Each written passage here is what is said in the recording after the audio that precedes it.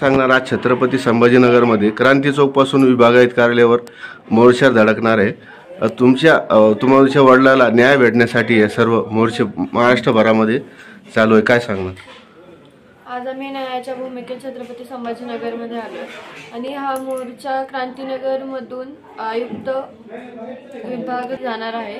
तरी या मोर्चाद्वारे जो समाजाचा आक्रोश आहे, त्यांच्या भावना आहेत, तो ते व्यक्त करतात आणि ते सुद्धा एकच मागताय की लवकरात लवकर न्याय हा मिळालाच पाहिजे। म्हणून माझ्या सर्वांची किंवा आमच्या गावकऱ्यांवर एकच विनंती आहे की आम्हाला लवकरात लवकर न्याय हा मिळालाच पाहिजे। कारण महाराष्ट्रभर आंदोलन चालू आहे आणि आरोपींना मोका पण लावलेला आहे। आता काय अपेक्षा आहे तुम्हाला याच्यामध्ये?